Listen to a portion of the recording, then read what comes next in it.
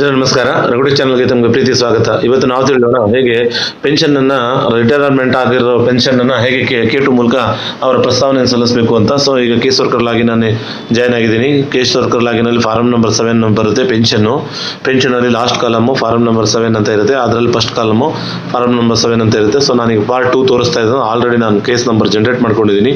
ಹೇಗೆ case number generate ಮಾಡ್ಕೊಳ್ಳೋದು, ಅದನ್ನು ಹೇಗೆ ಮಾಡೋದು ಅನ್ನೋವಂಥದ್ದನ್ನು ನಾನು ಈ ಹಿಂದಿನ ವಿಡಿಯೋದಲ್ಲಿ ತೋರಿಸಿದ್ದೀನಿ. ಅದು ಡಿಸ್ಕ್ರಿಪ್ಷನ್ ಬಾಕ್ಸಲ್ಲಿದೆ, ಅದನ್ನು ಒಮ್ಮೆ ನೋಡ್ಕೊಳ್ಳಿ.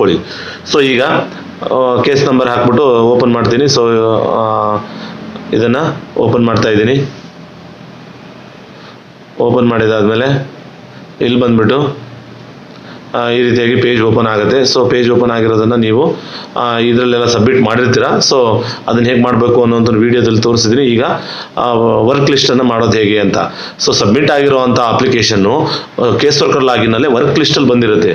ಸೊ ಇದನ್ನು ನಾನು ಸಬ್ಮಿಟ್ ಮಾಡೋದು ಹೇಗೆ ಏನು ಎತ್ತ ಅನ್ನೋವಂಥದ್ದನ್ನು ನಾನು ಹಿಂದಿನ ವಿಡಿಯೋದಲ್ಲಿ ತೋರಿಸಿದ್ದೀನಿ.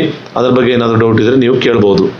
ಸೊ ಈಗ ನಾವು ಕೇಸ್ ವರ್ಕರ್ ಲಾಗಿನ್ನಲ್ಲಿ ನಾವು ಒಂದು ಸ್ಟೆಪ್ ಮಾಡಿರೋದು. ಈಗ ಕೇಸ್ ವರ್ಕರ್ ಲಾಗಿನಲ್ಲೇ ವರ್ಕ್ ಲಿಸ್ಟಲ್ಲಿ ಬಂದಿರೋದು, ಅದನ್ನು ಓಪನ್ ಮಾಡ್ತಾ ಇದ್ದೀನಿ. ಅದನ್ನು ಓಪನ್ ಮಾಡಿಬಿಟ್ಟು ಇಲ್ಲೂ ಕೂಡ ನಾವು ಈ ಅಪ್ಲಿಕೇಶನನ್ನು ಓಪನ್ ಮಾಡಿಬಿಟ್ಟು ಒಂದಿಷ್ಟು ಪ್ರೊಸೀಜರ್ ಇದೆ, ಪ್ರೊಸೀಜರನ್ನು ನಾವಿಲ್ಲಿ ಮುಗಿಸ್ಕೋಬೇಕಾಗತ್ತೆ. ಸೊ ಹೇಗೆ ಏನು ಅನ್ನೋವಂಥದ್ದನ್ನು ಈಗ ನೋಡೋಣ ಬನ್ನಿ. ಸೊ ನಾನು ನೇರವಾಗಿ ವಿಷಯಕ್ಕೆ ಹೋಗೋದ್ರಿಂದ ನೀವು ವಿಡಿಯೋವನ್ನು ನೀವು ಎಲ್ಲೂ ಸ್ಕಿಪ್ ಮಾಡದೆ ನೋಡಬೇಕು. ಇಲ್ಲಿರೋ ಇನ್ಫಾರ್ಮೇಷನನ್ನು ಒಂದು ಕಡೆಯಿಂದ ನೀವು ನೋಡ್ಕೊಂಡಾದ್ಮೇಲೆ ಇಲ್ಲಿ ಪಿಂಚಣಿ ವಿವರ ಅಂತ ಇದೆ. ಸೊ ವಿವರ ಎಲ್ಲ ಕರೆಕ್ಟ್ ಆಗಿದೆಯಾ ಅಂತ ಒಮ್ಮೆ ನೋಡ್ಕೊಂಡಾದ್ಮೇಲೆ ಇದನ್ನು ನೀವು ಸಬ್ಮಿಟ್ ಮಾಡಬೇಕಾಗತ್ತೆ. ಸೊ ಒಂದೊಂದೇ ಒನ್ ಬೈ ನೀವು ಮಾಡ್ಕೋಬೇಕಾಗತ್ತೆ. So just weight. ಸೊ ಇದನ್ನು ಅಪ್ಡೇಟ್ ಕೊಡಿ. ಇದೆಲ್ಲ ಸರಿಯಾಗಿತ್ತು ಅಂತ ಹೇಳಿದ್ರೆ ಒಂದು ಸೆಕೆಂಡ್ ಚೆಕ್ ಮಾಡ್ಕೊಳ್ಳಿ. ಚೆಕ್ ಮಾಡ್ಕೊಂಡಾದ್ಮೇಲೆ ನೀವು ಇದನ್ನು ಅಪ್ಡೇಟ್ ಕೊಡಬೇಕಾಗತ್ತೆ. ಜಸ್ಟ್ ನಾನೀಗ ಚೆಕ್ ಮಾಡ್ಕೊಳ್ತಾ ಇದ್ದೀನಿ. ಚೆಕ್ ಮಾಡಿ ಆದಮೇಲೆ ನೀವು ಅಪ್ಡೇಟ್ ಕೊಡಿ. ಅಪ್ಡೇಟ್ ಕೊಡಿ. ಇಲ್ಲೊಂದಿಷ್ಟು ಒಂದು 3-4 ಸಲ ಸಕ್ಸಸ್ಫುಲ್ಲಿ ಇನ್ಫಾರ್ಮೇಷನ್ ಬರುತ್ತೆ, ಅದನ್ನೆಲ್ಲವನ್ನು ಕೂಡ ಓಕೆ ಕೊಡಿ. ಓಕೆ ಕೊಟ್ಟಾದ್ಮೇಲೆ ಡಾಕ್ಯುಮೆಂಟ್ ಅಪ್ಲೋಡ್ ಆಗಬೇಕಾಗಿರೋ ಅಂಥದ್ದು ಬರುತ್ತೆ. ಸೊ ಡಾಕ್ಯುಮೆಂಟ್ ಅಪ್ಲೋಡ್ ಆಗಬೇಕಾಗಿರೋ ಅಂಥದ್ದನ್ನು ನಾನು ಹೇಗೆ ಅಪ್ಲೋಡ್ ಮಾಡಬೇಕು ಅನ್ನೋವಂಥದ್ದನ್ನು ಭಾಳ ಜನರಿಗೆ ಗೊಂದಲ ಇದೆ. ಅದನ್ನು ಇನ್ನೊಂದು ವೀಡಿಯೋದಲ್ಲಿ ತೋರಿಸಿದ್ದೀನಿ, ಅದನ್ನು ನೀವೊಮ್ಮೆ ನೋಡ್ಕೋಬೋದು. ಸೊ ಈ ಡಾಕ್ಯುಮೆಂಟ್ಸ್ ಅಪ್ಲೋಡ್ ಎಲ್ಲವೂ ಕೂಡ ಇದರಲ್ಲಿ ಏನೂ ಚೆಕ್ ಮಾಡೋ ಅಂಥದ್ದಿಲ್ಲ, ಆಲ್ರೆಡಿ ಇದೆ. ಸೊ ಇದನ್ನು ಕೂಡ ಅಪ್ಡೇಟ್ ಕೊಡಿ ನೀವು. ನೆಕ್ಸ್ಟ್ ಅದಾದಮೇಲೆ ಕುಟುಂಬ ಸದಸ್ಯರ ವಿವರ ಇದೆ. ಸೊ ಇದು ಕೂಡ ಸರಿಯಾಗಿರುತ್ತೆ, ಅದನ್ನು ಕೂಡ ನೀವು ಮುಂದಕ್ಕೆ ಕೊಡಿ. ತದನಂತರ ಇಲ್ಲಿ ಬಂದುಬಿಟ್ಟು ಕಚೇರಿಯ ವಿವರ ಅಂತ ಇದೆ. ಕಚೇರಿ ವಿವರದಲ್ಲಿ ನೀವು ಏನೆಲ್ಲ ಇದೆ ಅನ್ನೋವಂಥದ್ದು ಒಮ್ಮೆ ನೋಡ್ಕೊಳ್ಳಿ. ನೋಡ್ಕೊಂಡಾದ್ಮೇಲೆ ಸರಿಯಾಗಿತ್ತು ಅಂತ ಹೇಳಿದ್ರೆ ಅಪ್ಡೇಟ್ ಕೊಡಿ. ಅಪ್ಡೇಟ್ ಕೊಡೋಣ.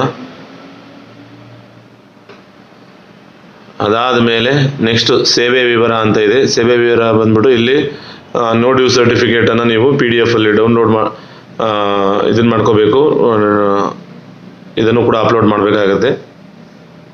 ನೋ ಡ್ಯೂ ಸರ್ಟಿಫಿಕೇಟ್ ಯಾವುದೇ ಬಾಕಿ ಇಲ್ಲದಿರೋದರ ಪ್ರಮಾಣ ಪತ್ರ ಅಂತ ಒಂದಿರುತ್ತೆ, ಅದನ್ನು ನೀವು ಇಲ್ಲಿ ಅಪ್ಲೋಡ್ ಮಾಡಬೇಕಾಗತ್ತೆ. PDF ಅಲ್ಲಿ ವಿದಿನ್ 2 MB ಒಳಗಡೆ PDF ಅಲ್ಲಿ ಇರಬೇಕದು. ಸೊ ತದನಂತರ ಕೊನೆಯ ಪಾವತಿ. ಸೊ ಹೇಗೆ ಏನು ಪೇ ಸ್ಲಿಪ್ ಇರೋದಲ್ಲ, ಸೊ ಪೇ ಸ್ಲಿಪ್ಪನ್ನು ಕೂಡ ನೀವು ಇಲ್ಲಿ ಅಪ್ಲೋಡ್ ಮಾಡಬೇಕಾಗತ್ತೆ. ಕೊಡಿ. ತದನಂತರ ಮತ್ತೆ ಸಕ್ಸಸ್ಫುಲ್ ಆಗಿರೋದನ್ನು ಮತ್ತೆ ಓಕೆ ಕೊಡಿ. ತದನಂತರದಲ್ಲಿ ಇವೆಲ್ಲ ಇನ್ಫಾರ್ಮೇಷನನ್ನು ಇಲ್ಲೇನು ನೀವು ಹಾಕುವಂಥದ್ದಿನೆಲ್ಲ ಇರೋದಿಲ್ಲ, ಇದನ್ನು ಕೂಡ ಅಪ್ಡೇಟ್ ಕೊಡಿ. ಸೊ ಕಮ್ಯುಟೇಷನ್ ಬಂದ್ಬಿಟ್ಟು ನಿಮ್ಗೆ ಏನಿದೆ ಅನ್ನೋಂಥದ್ದು ನೋಡ್ಕೊಳ್ಳಿ, ಇದನ್ನು ಕೂಡ ಓಕೆ ಕೊಡಿ.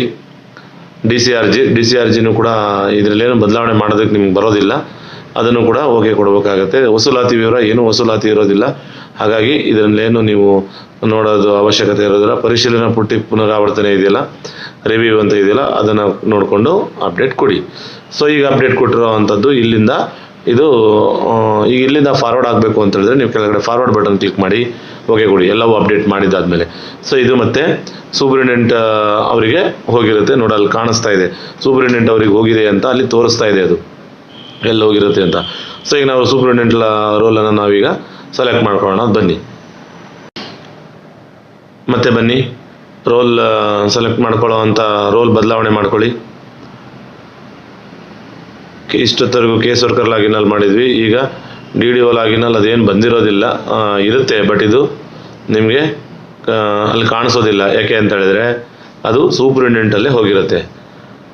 ಸೊ ನಾವೀಗ ಕೊನೆಯ ಆಪ್ಷನ್ ಬಂದ್ಬಿಟ್ಟು ಸೂಪರಿಂಟೆಂಡೆಂಟ್ ಇರುತ್ತೆ. ಸೂಪರಿಂಟೆಂಡೆಂಟ್ ಲಾಗಿನ್ನಲ್ಲಿ ಬಂದಿರುತ್ತೆ. ಸೊ ಇಲ್ಲದು ಓಪನ್ ಆಗುತ್ತೆ. ಸೊ ಇಲ್ಲಿ ಓಪನ್ ಆಗೋವಂಥದ್ದನ್ನು ನೀವು ನೋಡ್ಕೊಳ್ಳಿ. ಅಲ್ಲಿ ಕೇಸ್ ನಂಬರ್ ಇದೆಯಲ್ಲ ಅದ್ರ ಮೇಲೆ ಕ್ಲಿಕ್ ಮಾಡಿ ಆದಮೇಲೆ ಇವೆಲ್ಲವೂ ಕೂಡ ಸರಿ ಇದೆ. ನಾವಾಗಲೇ ಏನು ನೋಡಿದ್ವಲ್ಲ, ಇಲ್ಲೇನು ಬದಲಾವಣೆ ಇರೋದಿಲ್ಲ. ಹಾಗಾಗಿ ನಾನು ಡೈರೆಕ್ಟಾಗಿ ಫಾರ್ವರ್ಡೇ ಕೊಟ್ಬಿಡ್ತಾ ಇದ್ದೀನಿ. ನೀವು ಡೈರೆಕ್ಟಾಗಿ ಫಾರ್ವರ್ಡನ್ನು ಕೂಡ ಕೊಡ್ಬೋದು. ನೀವು ಆಗಲೇ ಏನು ನೋಡಿದ್ರಲ್ಲ ಅಲ್ಲೂ ಕೂಡ ಫಾರ್ವರ್ಡ್ ಕೊಡ್ಬೋದು. ನೀವು ವರ್ಕ್ ಲಿಸ್ಟಲ್ಲೂ ಕೂಡ ಡೈರೆಕ್ಟ್ ಫಾರ್ವರ್ಡ್ ಕೊಡ್ಬೋದು. ಬಟ್ ಒನ್ಸ್ ನೀವು ಚೆಕ್ ಮಾಡ್ಕೊಳ್ಳೋದು ಒಳ್ಳೆಯದಾಗಿರುತ್ತೆ. ಸೊ ಈಗ ನಾವು ಕೇಸ್ ವರ್ಕರಿಂದ ಹೋಯ್ತಲ್ವ, ಈಗ ಡಿ ಡಿ ಒ ಅವರ ಲಾಗಿನಲ್ಲಿ ಅದು ಇರುತ್ತೆ. ರೋಲನ್ನು ಸೆಲೆಕ್ಟ್ ಮಾಡ್ಕೊಳ್ಳಿ. ಡಿ ಡಿ ಒ ರೋಲಲ್ಲಿ ಬಂದಿದೆ ನೋಡಿ, ಇಲ್ಲಿ ಕ್ಲಿಯರಾಗಿ ಕಾಣಿಸ್ತದೆ.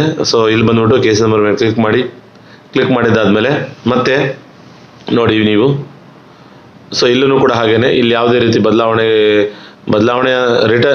ಇದ್ದರೆ ನೀವು ರಿಟರ್ನ್ ಮಾಡಬೇಕಾಗುತ್ತೆ. ಸೊ ಬದಲಾವಣೆ ಏನು ಇಲ್ಲದೇ ಇರೋದ್ರಿಂದ ನಾವು ಅಪ್ರೂವ್ ಬಟನ್ ಮೇಲೆ ಕ್ಲಿಕ್ ಮಾಡ್ತಾ ಇದ್ದೀವಿ. ನೋಡಿ DSC ಡಿ ಡಿ ಒ ಅವರು ಲೆವೆಲಿಗೆ ಬಂದಾಗ ನೀವು DSC ಕೇಳುತ್ತದು. ಸೊ DSCಯನ್ನು ನೀವು ಹಾಕಲೇಬೇಕಾಗುತ್ತೆ. DSC ಮತ್ತು ಅದು DSC ಹಾಕಿದ್ಮೇಲೆ ಲೋಕಲ್ ಅಷ್ಟು ಕ್ಲಿಯರ್ ಮಾಡ್ಕೊಳ್ಳಿ.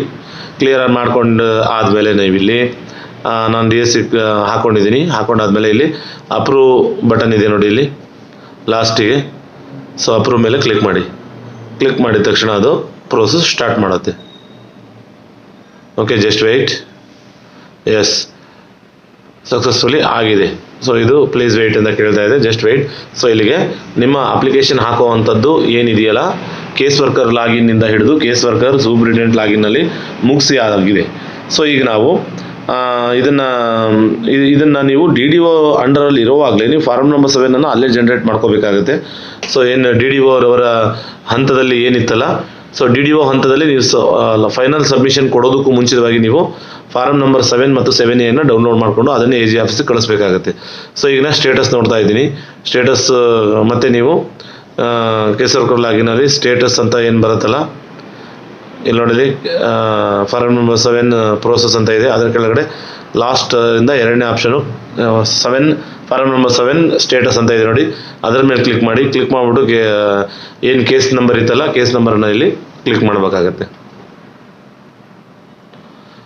ಕೇಸ್ ನಂಬರ್ ಟೈಪ್ ಮಾಡಿಬಿಟ್ಟು ನೀವು ಇದನ್ನ ಸರ್ಚ್ ಕೊಟ್ಟಾಗ ನಿಮಗೆ ಎಲ್ಲಿಂದ ಎಲ್ಲಿಗೆ ಹೋಗಿದೆ ಮಾಹಿತಿ ಅನ್ನೋವಂಥದ್ದು ಎಲ್ಲವೂ ಕೂಡ ಇದೆ ನೋಡಿ. ಇಲ್ಲಿ ಇನಿಷಿಯೇಟರ್ ಲಾಗಿನ್ನಿಂದ ಹೋಗ್ಬಿಟ್ಟು ಕೊನೆಗೆ ಇನಿಷಿಯೇಟರು, ಸೂಪರಿಂಟೆಂಡೆಂಟ್ ಲಾಗಿನ್ನು, ಆಮೇಲೆ ಡಿ ಡಿ ಒ ಲಾಗಿನ್ನು, ಆಮೇಲೆ ಕೊನೆಯದಾಗಿ ಡಿ ಡಿ ಒದಿಂದ EPPO ಅಂತ ಹೇಳಿದರೆ AG ಅವರಿಗೆ ಅದು ತಲುಪಿದೆ ಅಂತ ಅರ್ಥ. ಸೊ ಇದಿಷ್ಟು ಹೇಗೆ K2ನಲ್ಲಿ ಸಂಪೂರ್ಣವಾಗಿ ಮಾಹಿತಿಯನ್ನು ತಿಳಿಸ್ಕೊಟ್ಟಿದ್ವಿ. ಇಲ್ಲಿಗೆ ನಿಮ್ಗೆ ಮುಗಿದೋಗುತ್ತೆ. ಸೊ ಸಂಪೂರ್ಣವಾಗಿ ತಿಳಿಸ್ಕೊಟ್ಟಿದ್ದೀನಿ. ಈ ಬಗ್ಗೆ ನಿಮ್ಗೆ ಏನಾದರೂ ಡೌಟ್ ಇದೆ ದಯವಿಟ್ಟು ಕಮೆಂಟ್ ಮಾಡಿ. ಇದಾಗಿತ್ತು ಈ ಹೊತ್ತಿನ ಮಾಹಿತಿ ಇಷ್ಟವಾಗಿದ್ದರೆ ಲೈಕ್ ಮಾಡಿ. Thank you.